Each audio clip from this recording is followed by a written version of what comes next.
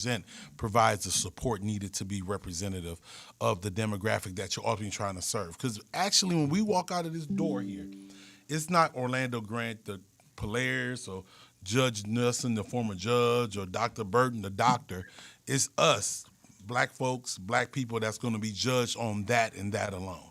And we have to remember that, because we have to understand that I'm a reflection of a whole lot of people in a whole lot of spaces that they may not be in. So it's up to me to help, one, elevate people that's coming up behind me and be a leader in that, and then speak for the issues of Dr. Burton, or speak for the issues of Heather Burton, or Judge Nelson, or Michael Nelson, or the black man sitting right next to me, especially when you're in those rooms, because not everybody is going to be in those rooms. So you got to make sure that when you're in those rooms, you are a reflection of that entire demographic that you're representing. And we have to understand that this demographic is going to play a role, and we have to be that voice and be responsible for that helping to elevate those individuals. Judge Nelson, I know you thinking over there. And then VP Solomon, I don't know if you have something to add to this, that comment too, of men and women working together. We have to stop giving substance to false narratives. Yes. It is a false narrative that black men and black women do not work together.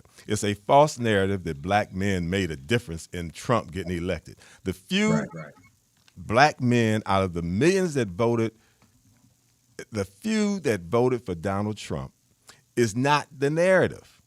Because we always have a few that vote for somebody else. Right. It happens in every election. That is, black men did not support Donald Trump.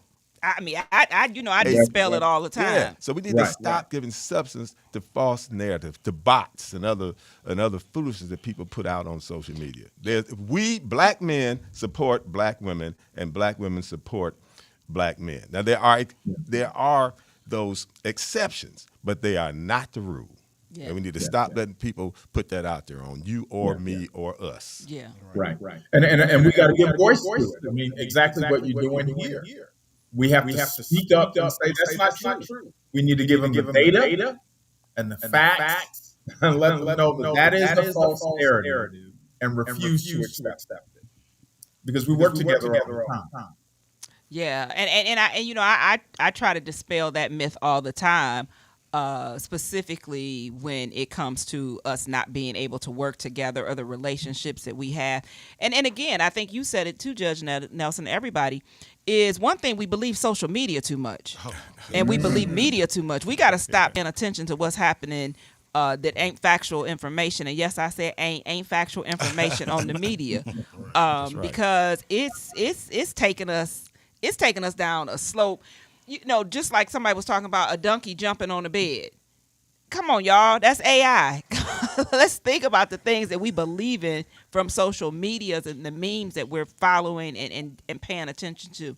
So we kind of come into our close, but, I want to ask you all, as you think about just being a black man and where we are, one of the things that I want to ask is, do you think that the images of Malcolm X, Martin Luther King, Marcus Garvey, those historical figures have caused black men to not step up or to step up based on those roles and who they were as historical figures? Well, they were more than they were our heroes. And so whenever a lot of us grew up under that, or if we didn't grow up under it, we were exposed to them. The problem is that not enough of us are exposed to them. When I was a judge, my courtroom would be crowded. And I would always ask this black history question. And I would say, whoever can answer this question gets to go first.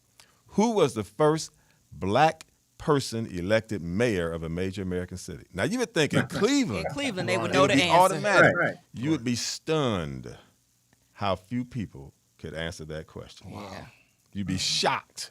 But that's what I said earlier about information. I can't even remember why I said it, but it was a point of the lack of information of people not know to the contributions of what black people have done for society as a whole. Let me not get past this. It was Carl Stokes, folks. So some of y'all Carl don't know Stokes. that. I think we better put that out there. Yeah, it was Carl Stokes. We better put that out there. So we come into a close, but I want to give you all a moment. Any final words that you want to leave to the audience? Any action steps that you think that they could do to achieve as we think about the community.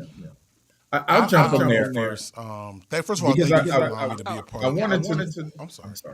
Our online, we're going to go ahead, VP Solomon, then we'll come back to Polaris Grant. Yeah, I just wanted to say real quickly to your other questions that sometimes we memorialize people and make them larger than life.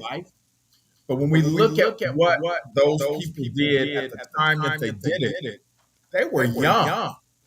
They were everyday folk. Yeah, they had different roles. You need to recognize that anyone can have the ability to effectuate change in our community, and recognize that you don't need any special designation or any significant office in order to make change.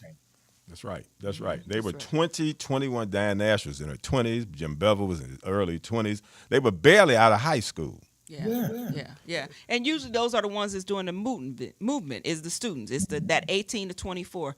Go ahead, Polaris. Right. Just understanding that key point, you don't have to have a title and a position to have impact.